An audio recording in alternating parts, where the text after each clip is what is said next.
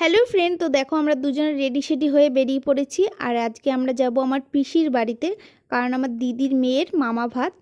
তো এই দেখো আমার দিদির মেয়েকে কত সুন্দর করে সাজিয়েছে, কত কিউট লাগছে দেখতে। আর এখানে দেখো আমার ভাই ওকে খাওয়াতে বসে পড়েছে, ওর মামা। তো আজকে হচ্ছে মামা ভাত। দেখো কত শান্ত মেয়ে আমাদের, এত সুন্দর করে বসে সব কিছু খাচ্ছিল, আমরা ওর দিকে সবাই তাকিয়েছিলাম।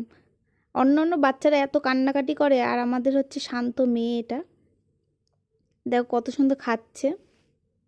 তো তারপরে আমি একটু ধান দুব্বা দিয়ে আশীর্বাদ করলাম, তারপর ওকেও আমি একটু দুধ ভাত খাইয়ে দিলাম।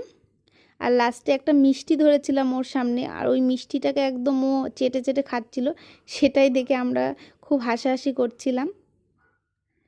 আর একটুও কান্নাকাটি নেই, মেয়ে আমাদের এত শান্ত। তো যাই হোক, খেতে বসে পড়লাম। তো প্রথমে ভাত, লেবু, শাক ভাজা দিয়ে দিল, আর খেতে